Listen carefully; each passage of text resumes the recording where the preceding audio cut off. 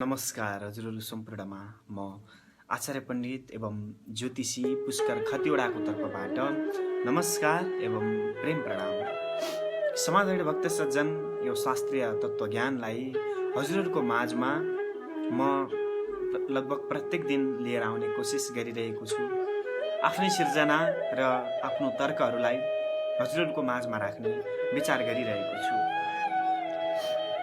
हिजोको दिवससम्ममा हामीले तृतीय अध्यायका तत्त्वज्ञानहरूलाई श्रवण गरिसकेका छौँ, गराइसकेका छौँ सज्जन। र आजको दिवसमा हामी चौथो अध्यायका तत्त्वज्ञानहरूलाई श्रवण गर्नेछौँ र गराउनेछौँ। त्योभन्दा पहिले सर्वप्रथम सिद्धिविनायक भगवान श्री गणेशको चरण पादुकामा साष्टाङ्ग दण्डवत अर्पण गर्दछु। त्यसै गरी वाणीकी अधिष्ठात्री माता सरस्वतीको चरण पादुकामा साष्टाङ्ग दण्डवत अर्पण गर्दछु। मेरा आराध्य देव भगवान श्री पवनपुत्र हनुमानको द्वय चरण कमलमा साष्टाङ्ग दण्डवत अर्पण गर्दछु। 33 कोटी देवी देवताको चरण कमलमा साष्टाङ्ग दण्डवत अर्पण गर्दछु र नेपाल जननीको चरण कमलमा साष्टाङ्ग दण्डवत गर्दछु। ऋषिभिः संस्तुतां नित्यं हिन्दुराष्ट्रविभूषितां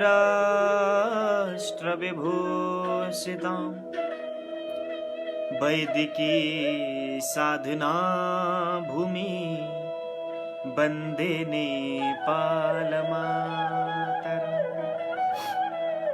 वन्दे नेपालमातरम्। अतः चतुर्थोऽध्यायः। सज्जन, राम एक त्यस्तो नाम हो जसको बारे सुन्दा होस् या पढ्दाखेरि आनन्दको चरम स्थानसम्म पुग्न सकिन्छ। किनकि श्रीरामः शरणं समस्त जगतां रामं विना का गति। यो समस्त जगतमा जसले रामकै शरणागत बनेर जिउँदछ ऊ अमर हुन्छ सज्जन, अन्यथा उसको गति विनाशको मार्गमा जान्छ। हिन्दू होस् या मुसलमान, राम होस् या रहिम वा महान मुहम्मद हामीलाई मानवताको शिक्षा दिने गर्दछन्। मुहम्मद अर्थात् माया। जगत मायाले विभूषित छ। तिमी त्यो हर चीज जुन प्रकृतिमा छ ती सबैलाई आफ्नो भगवान सम्झिएर माया गर।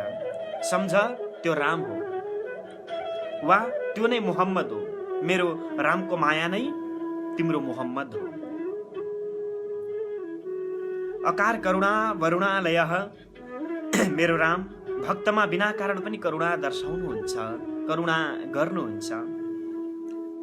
अनि जसको रोम रोम प्रति लागे कोटी कोटी ब्रह्माण्ड सजन, जसको शरीरमा नै यो संसार अटाएको छ, प्रत्येक रौँहरूमै करोडौं ब्रह्माण्ड खिलेको छ। यदि यो जगतमा केही सत्य छ भने त्यो नै राम हो, बाँकी सबै बेकाम हो सज्जन। तर भ्रमित मनुष्य मायाको जालोमा बेरिएर आफूलाई नै सत्य र सर्वसामर्थ्यवान सम्झने गर्दछ। ऊ दिग्भ्रमित भइरहेको छ र यो जगत एक आत्मालाई परमात्माबाट त्यसरी नै अलग गराउने कोसिसमा छ। जसरी कमलकोटीले अन्य किरालाई पनि आफू जस्तै बनाउँछ र मानवहरू प्रकृतिले दिएको दैविक ज्ञानलाई नजरअन्दाज गर्दछन्, त्यसैले संसारमा सबै दुखी छन् सज्जन। कोही तन दुखी, कोही मन दुखी, कोही धन बिन रहता उदास। थोड़े थोड़े सब दुखी, सुखी राम के दास। हरेक चिजबाट मानव दुखी भए, किनभने त्यो सुखरूपी रामबाट सबै नै टाढा भएर गएका छन्। क्योंकि राम भजन बिनु सब जगत दुखारी सजन। सज्जन वृन्द, जो मेरो रामको भजन गर्दैन उसको दुःख निश्चित छ, पक्का छ। अनन्तर अद्वैत छ यो जगत, जो अति नै गहन पनि छ, जसको गुण, रूप, स्वरूप र कारणलाई मनुष्य बुझ्न सक्दैनन् र सामान्य भौतिक आनन्दमै आफूलाई हराउँदै त्यसलाई नै आफ्नो वास्तविक संसार र महान जीवन सम्झन्छन्। कारण माया मोह के होला त? शास्त्रले यही भन्छ, अज्ञान र भ्रम नै माया हो। ज्ञानी महापुरुषहरू माया त गर्छन् तर केवल सत्यलाई माया गर्छन्। तिनै रामलाई माया गर्छन् तर अज्ञानी व्यक्ति सांसारिक चिजलाई मात्र माया गर्दछन्। माया भनेको त्यही हो जुन चिज छँदै छैन तर कसैको कारणले छ या हुन्छ जस्तो महसुस हुन्छ। संसार माया मति मोह जालम। यो मायाले व्यक्त र व्यापक रहेको संसारमा हामी मानव जातिको सृष्टि भयो। माया खराब चिज होइन, तर कुन वस्तुमा गरिएको माया सही या खराब भन्ने चाहिँ अवश्यमेव हुन्छ सज्जन। सत्यमा गरिएको माया सही एवं झुटमा गरिएको माया गलत हुने गर्छ। अब हामी गलत काम नगरौँ, यानि कि हाम्रो मायालाई झुटमा समाहित नगरौँ, झुटमा विलीन नगरौँ। हामी सत्यलाई माया गरौँ, यानि कि रामलाई माया गरौँ अनि यही मन्त्र जप गरौँ, सर्वे भवन्तु सुखिनः सर्वे सन्तु निरामयः सर्वे भद्राणि पश्यन्तु मा कश्चित् दुःखभाग् भवेत्। सबै सुखी हुन्, सबै निरोगी हुन्, सबैको कल्याण होस् र दुःख कसैलाई पनि नपरोस्। विश्वमा भाइचारा सदा रहिरहोस्, विश्वको कल्याण भएर जाओस् र तिनै रामले सम्पूर्ण चराचर जगतकै रक्षा गरून्। यो शिक्षा, यो अमृतमय सद्ज्ञान मेरै रामजीले जगतलाई प्रदान गर्नुभएको छ। हाम्रो वैदिक धर्मले महान ज्ञान त दिएकै छ, साथसाथ महान बनाएको असंख्य उदाहरण पनि हाम्रै वरिपरि छरपष्ट देखिएका छन् सज्जन, देखिन्छन्। सत्यम ब्रूयात् प्रियम ब्रूयात् न ब्रूयात् सत्यम अप्रियम सत्यम च न अनृतम ब्रूयात् एष धर्म सनातनः।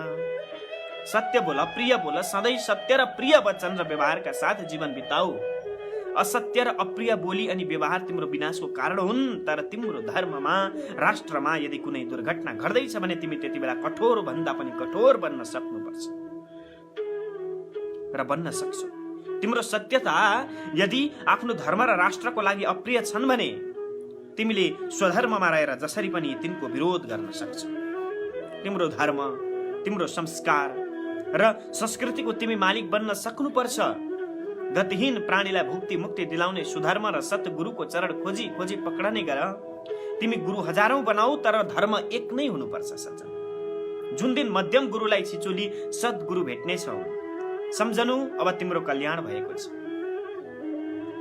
आफ्ना पूर्वजका ऐतिहासिक वीरगाथा र ऋषिमुनिका अनन्य तप र साधनाले नेपाल भूमिमा जन्मेको छौ। यदि भने तिमी हर नेपालीलाई ब्राह्मण वा देवता सम्झ। जहाँ साक्षात पशुपति वास गर्छन्, जहाँ गण्डकी र कौशिकी प्रत्येक दिन रमाउँदै बहने गर्छिन् अनि जहाँ स्वर्गको द्वार स्वर्गद्वारी र साक्षात जगत जननी पार्थिवर अवस्थित रहेर दुनियाँको पालन यही नेपाल भूमिबाट गरिरहेका छन्, त्यस्तो गोलोकमा कुनै जात हुँदैन सज्जन, हुन्छन् त केवल देवता। यो भूमि सम्पूर्ण राष्ट्रको पिता हो, जननी हो, जहाँ सारा देवी देवता रहेर विश्वलाई पोषण गराइरहेका छन्। त्यो प्राणदात्री जननी, अन्नदात्री जननी र पालनहार मातृ नेपाल माता हुन्। तिम्रो जन्म मृत्युको लागि भएको हो। बाल्यकाल, किशोर, युवा र वृद्धावस्था तिम्रो जीवनमा मृत्युकै पर्खाइमा दौडिरहेका छन्। किनभने जरा परितर्जयन्ति रोगाश्च सत्रवैव हरन्ति देहम् आयुः परिस्रवति भिन्न घटादिवम्भ लोकास् तथा व्यहितमा चरतेति चित्रम्। भनिन्छ वृद्ध अवस्था भोकी बघिनी जस्तो हुन्छ। रोग नै शरीरको शत्रु हो। प्रत्येक घडी, समय, दिन र रात तिम्रो आयुलाई हरण गर्दैछन् यिनीहरूले। त्यसैले तिमी आफ्नो धर्म र आचरणमा रही लोकहितको निमित्त कार्य गर, लोकको कल्याण गर्ने कार्य गर। त्यो मनुष्यको छाती माथि चढेर बस्नको लागि तडपिरहेको हुन्छ रोग इत्यादि। शरीरमा अनेक प्रकारले रोगहरू शत्रु चाहिँ घुस्छन् र यो शरीरलाई लिएर जानको लागि तयार भएर बस्छन्, भोकी बगिनी जस्तो भएर। कुनै चर्किएको घडाभित्र राखिएको पानी जसरी थोपा थोपा गरेर बहेर सकिन्छ, त्यसै प्रकार मनुष्यको जीवनमा समय सनै सनै सनै बहिरहेको छ। तैपनि मानवलाई हित अहितको ज्ञान हुँदैन। पश्चात जीवती जर्जर देहे वार्ता कोपी न पृच्छति गेहे। घरमा कसैलाई तिम्रो मतलब छैन सजन, छ त केवल तिम्रो कमाईको धनको, तैपनि तिम्रो आसक्ति छुट्दैन। जो प्रति तिमी अत्याधिक आसक्ति राख्दछौ उसैले तिमीलाई रुहाउँछ।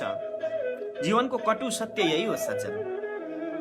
जो छ त्यो देखिँदैन र जो छैन त्यो देखिन्छ। अर्थात् जो प्रकाश हो त्यो सूक्ष्माति सूक्ष्म छ, जसलाई कठोर साधनाद्वारा केवल महसुस मात्र गर्न सकिन्छ।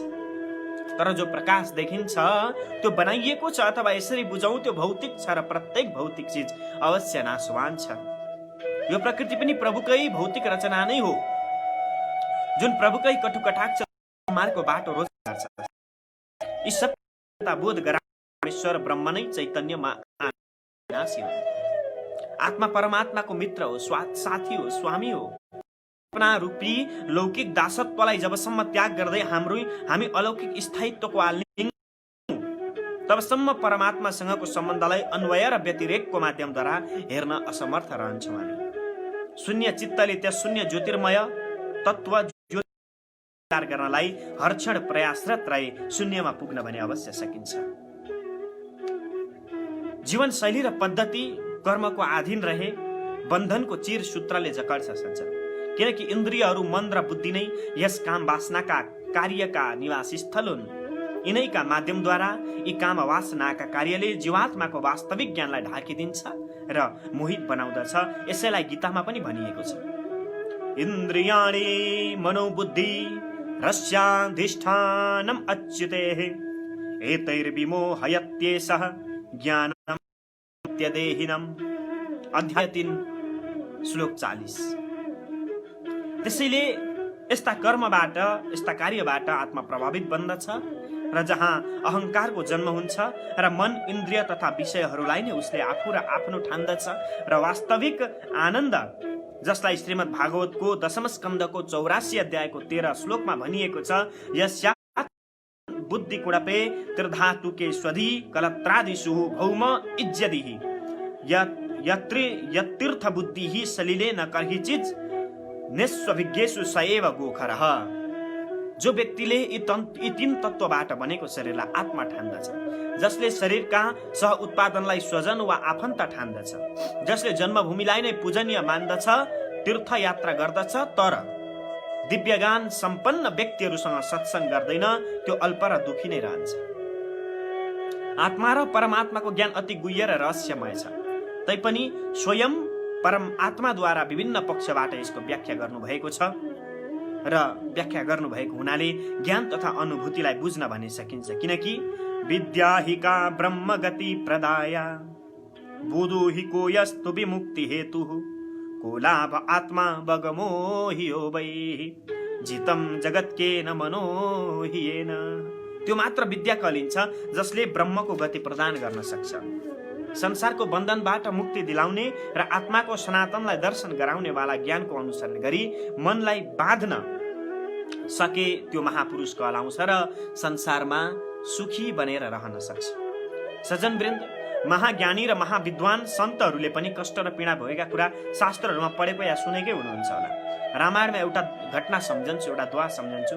कैकेयी सित बस्नलाई खुसीले राजा गया थ्या जसै देखिया नन्द्र तहाँ कता गई भनी चाकर सोध्या तसै क्रोधागार विषय भया कि त बुझ्यौ कारण छ कुन कत्यो बुझ्याको पनि छैन गई हजुरले बुझ्नु हवोस् ज्ञान यो।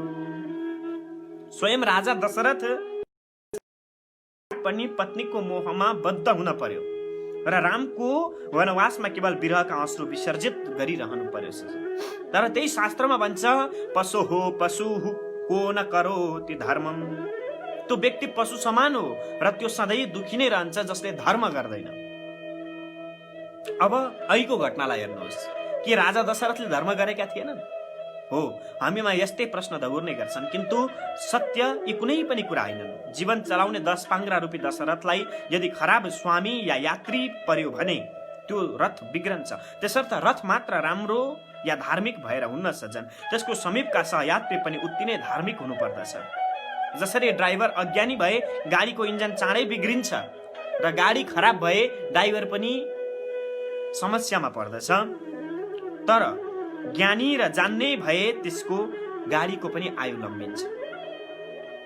ओम तत्सत् श्री सद्गुरु प्रसादे जीवन सार प्रदीपे पुष्कर विरचिते आत्मज्ञान प्रदीपे चतुर्थोत्सवः सम्पूर्णम्। हरि ओम अस्तु, हरि ओम अस्तु। श्री कृष्णार्पणमस्तु। नमस्कार, शुभ समय, राधे राधे।